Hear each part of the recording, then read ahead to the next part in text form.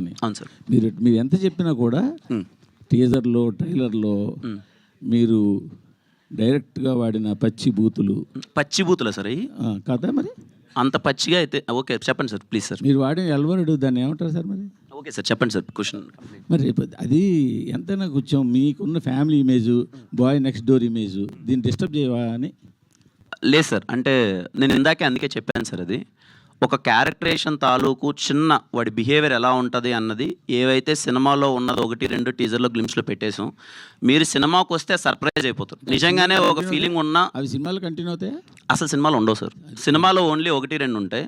వాడి క్యారెక్టరేషన్ తాలూకు అవి ఏంటి అనేది అది పెట్టేసాం. ఎందుకంటే మేము ఇంకా ట్రైలర్ వదలలేదు. ట్రైలర్ వదిలిన తర్వాత ఫుల్ క్లారిటీ వస్తుంది. అండ్ మోర్ ఆఫ్ సినిమాలోకి వచ్చిన తర్వాత అరే ఇంత ఫ్యామిలీ ఎలిమెంట్ చెప్పాడా, ఇంత మంచి ఎమోషన్ చెప్పాడా అన్న మంచి వైబ్ ఏర్పడుతుంది సార్. అందుకే నేను కాన్ఫిడెంట్గా ఫ్యామిలీ ఆడియన్స్ థరోలీ ఎంజాయ్ చేస్తారని చెప్తున్నాను సార్. కానీ యూట్యూబ్లోకి సెన్సార్ అక్కర్లేదని చెప్పి ఓపెనింగ్కి పనికొస్తాయని చెప్పి ఇట్లా డైలాగులు పెట్టి సినిమాలో లేకుండా చేసి ఓన్లీ ట్రైలర్ టీజర్లో పెట్టడం ఎంతవరకు కరెక్ట్ అంటే ఓపెనింగ్కి పనికొస్తుంది అనుకుంటే నా ఓపెనింగ్ సినిమా నుంచి అవే పెట్టేవాడిని సార్.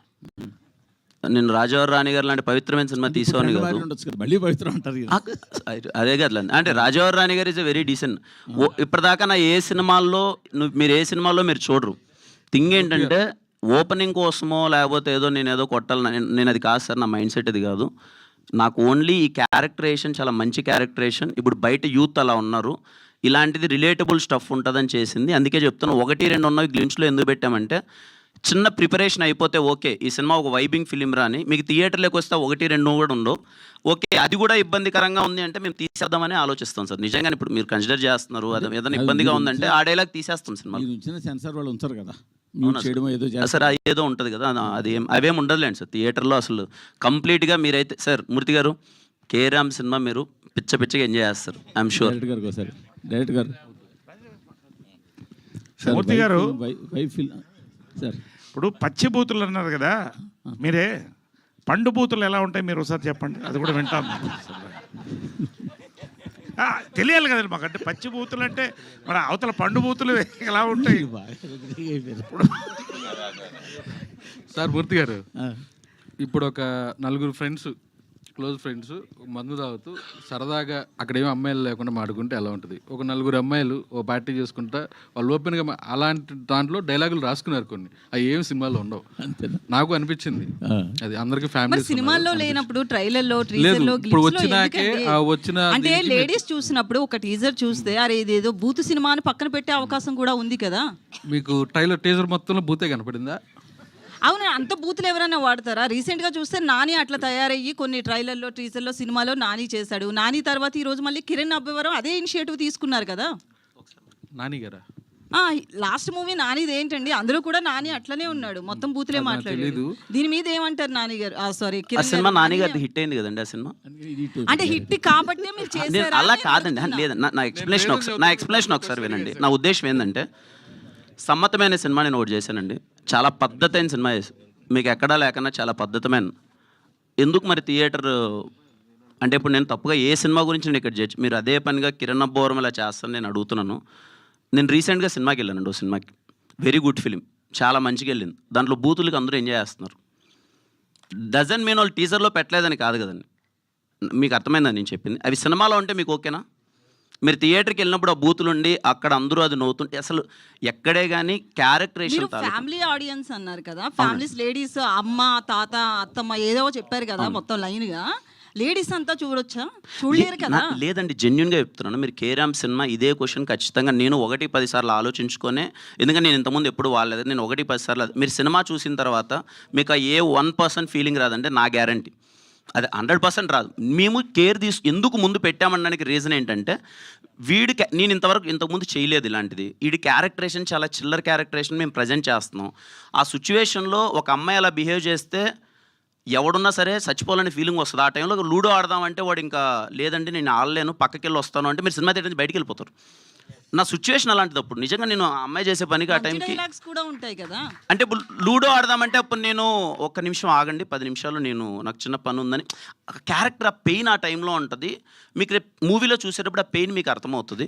బట్ వీఆర్ కన్సిడరింగ్ అండి, లేదండి అంటే మేము ఎన్ని చెప్పినా ఐఎమ్ కన్సిడరింగ్ ఆ చిన్న పదం ఇబ్బంది ఉంది, అది మ్యూట్ ఎలాగో అయిపోతుంది అండ్ మిగతాది అసలు ఏం లేదండి సినిమాలో. ఇప్పుడు ఒకటే ఒకే ఒకటి ఒక నిమిషం అండి, ఒక నిమిషం. నేను ఒకటండి, లిటిల్ హార్ట్స్లో ఒక డైలాగ్ ఉంది, తగులుతుంది కొంచెం ముందుకు జరగని. లేలే సెన్సార్ మరి యాక్సెప్ట్ చేశారుగా, అంటే ఫ్యాక్ట్, అది ఉన్న ఫ్యాక్ట్, అది ఫ్యాక్ట్ అండ్ ఫ్యాక్ట్గా చెప్పారు. అంటే ఏదది ఇప్పుడు ఫర్ ఎగ్జాంపుల్ ఒక నిమిషం ఇంకో 30 years గ్యారంటీ. ఒక నిమిషం చాలా సీరియస్గా మాడుతున్నా, నేను జోక్ చేయట్లేదండి.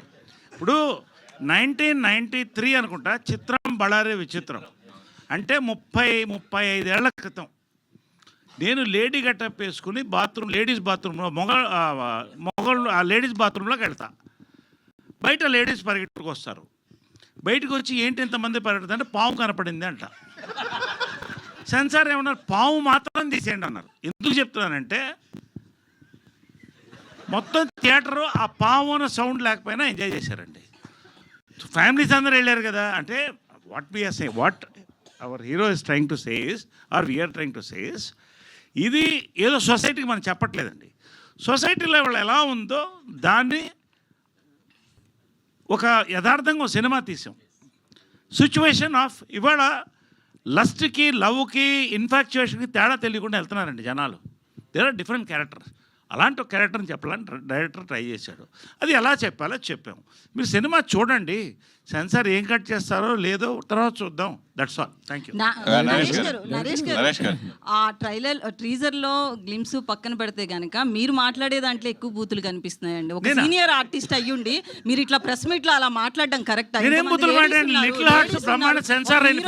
మేమున్నాము, చిత్రమలయాత్ర సెన్సార్ అయిన సినిమా, ఇంకేమన్నా మాట్లాడని చెప్పండి. ఏంటమ్మా మీరు కూడా నా గురించి నరేష్ గారు ఇందాక స్టార్టింగ్ లోనే మైక్ పట్టుకుని ఏం చెప్పాలి హైలైట్ పాయింట్ అంటూనే స్టార్ట్ చేశారు స్పీచ్ డల్గా ఉన్న. ఇప్పుడు మీరే హీరోగా అయిపోయి మొత్తం డామినేట్ గా మొత్తం ఎంటర్టైన్ చేస్తారు ఇప్పుడు అంతా. అవును. ప్లస్ నిజంగా చెప్పాలని ఇందాక చెప్పినట్టు ఇంకో 30 years మీ ఎనర్జీకి 30 years కదా, ఇంకో 40 years కూడా ఉంటారు నాకు తెలుసు గ్యారంటీ. ఓకే.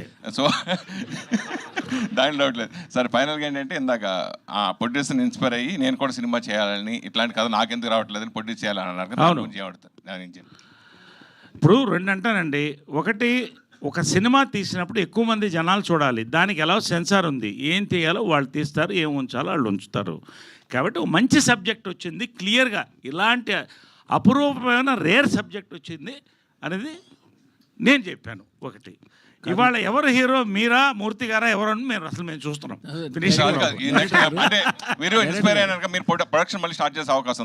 ప్రొడక్షన్ ఎప్పుడు చేస్తూనే ఉంటాం, మంచి కథ కోసం చూస్తున్నాం. అదే చెప్పాను నేను, మాకు మంచి కథలు ఉంటే ఇవ్వండి అని చెప్పాను. బస్ మీరు అంటే వైబ్ ఫిల్మ్ అని చెప్తున్నారు.